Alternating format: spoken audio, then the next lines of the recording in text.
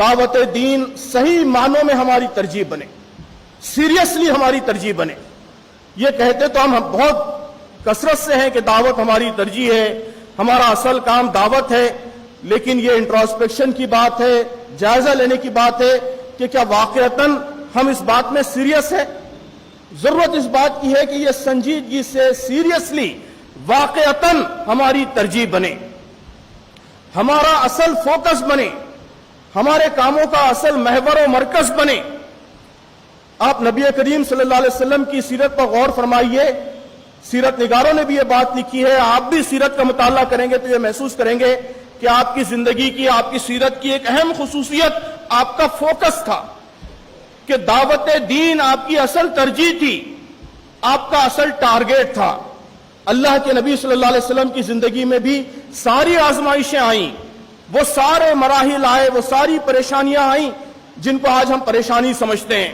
آپ کو شعیب ابی طالب کی وادی میں قید بھی ہونا پڑا، جنگیں بھی لڑنی پڑی، پتھر بھی کھانے پڑے، ہجرت بھی کرنی پڑی، گھر بھی چھوڑنا پڑا، تانے بھی کسے گئے، میڈیا پروپیگنڈا کا بھی سامنا کرنا پڑا۔ وہ سارے مسائل جس کا آج آپ رونا روتے ہیں، آپ کاؤنٹ کریں گے تو آپ محسوس کریں گے کہ وہ سارے پوری شدت کے ساتھ نبی کریم صلی اللہ علیہ وسلم کو پیش آئے، لیکن کسی مرحلے میں دعوت دین کے اس اصل کام سے آپ کی توجہ نہیں ہٹی، خدا نہ خواستہ۔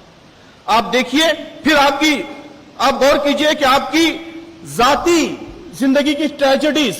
کہ بالکل بچپن میں آپ یتیم ہو گئے، یسیر ہو گئے، تھوڑی عمر بڑی ہو گئی، دادا کا سایہ بھی سر سے اٹھ گیا۔ جب دعوت دین کا کام اپنے شباب پر تھا، کشمکش عروج پر تھی، تو آپ کے جو سب سے بڑے سپورٹر تھے ابو طالب، آپ کے چچا، ان کا سایہ سر سے اٹھ گیا، وہ انتقال کر گئے، اور رجیم چینج ہوا قریش کا، حکومت چینج ہو گئی، فاشسٹ پارٹی اقتدار میں آ گئی، ابو لہب۔ تو یہ سارے مرحلوں سے آپ کو گزرنا پڑا، ان سارے چیلنجز سے آپ کو گزرنا پڑا۔ سارے جتنے مرد بیٹے ہیں آپ کی زندگی میں، ان کا دکھ آپ کو سہنا پڑا، ایک کے بعد دیگرے وہ رحلت کر گئے، آپ کی زوجہ بالکل جوانی میں رحلت کر گئیں۔ تو پرسنل ٹریجڈیز اور تحریکی ٹریجڈیز، یہ ساری کا آپ کو مقابلہ کرنا پڑا، لیکن دعوت دین کا جو اصل فوکس ہے، جو اصل محور و مرکز دعوت کو بنانے کا معاملہ ہے، وہ میں سمجھتا ہوں کہ وہ سیرت کا بہت ہی اہم عنوان ہے۔ ایسے عجیب عجیب واقعات سیرت نگاروں نے بیان کیے ہیں کہ پڑھ کر تعجب ہوتا ہے کہ نبی کریم صلی اللہ علیہ وسلم کی گود میں آپ کی نواسی جان توڑ رہی ہے، زندگی کی آخری سانس لے رہی ہے، نواسی۔ یہ آپ کا بیٹا ابراہیم، اکلوتا بیٹا ابراہیم جان توڑ رہا ہے، آخری جان کنی کا عالم ہے، سانس اٹک رہی ہے، اور اس موقع پہ نبی کریم صلی اللہ علیہ وسلم کے کلمات کیا ہے، سیرت نگاروں نے بیان کیے ہیں، آپ پڑھ کر دیکھیے کہ داعی اعظم اس موقع پر بھی دعوت کی ان کی اصل پریورٹی، اصل ترجیح سے غافل نہیں ہے۔ اس موقع پر بھی آپ اس محفل میں جو لوگ موجود ہیں ان کو خدا کی طرف متوجہ کر رہے ہیں، آخرت کی طرف متوجہ کر رہے ہیں، اللہ کے دین کی طرف متوجہ کر رہے ہیں۔ آپ کی زندگی کا خطرناک ترین سفر، ہجرت کا سفر، کہ جان پر بن آئی ہے، جان بچا کر جانا مشکل ہے، غار سور میں پناہ لیے ہوئے ہیں، وہاں سے نکل کر ایک اجنبی راستے سے اور کانٹوں میں اور صحرا میں ایک اجنبی راستے سے جان بچا کر سفر مکمل کیا ہے۔ لیکن سیرت نگار کہتے ہیں کہ اس انتہائی تکلیف دہ سفر میں، اس آزمائشی سفر میں، جان ہتھیلی پر لے کر جو سفر مکمل ہوا ہے، اس سفر کے دوران اللہ کے نبی صلی اللہ علیہ وسلم کے دست حق پرست پر 70 لوگوں نے اسلام قبول کیا۔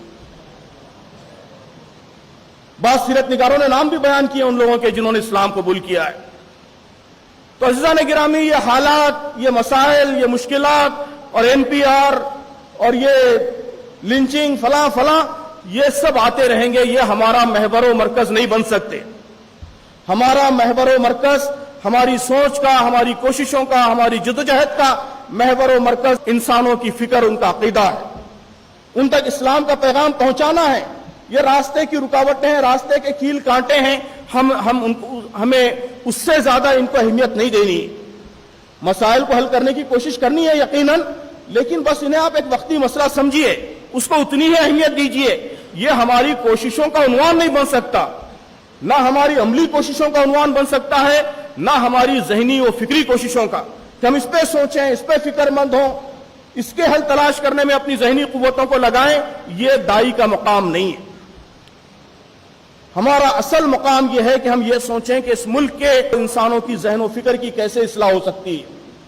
کیسے یہاں کا پبلک اوپینین بدل سکتا ہے. اس پہ سوچیں, اس پہ غور کریں, اس پہ ہمارے انٹلیکچوئل انرجیز لگیں, اس پر ہماری محنت صرف ہو,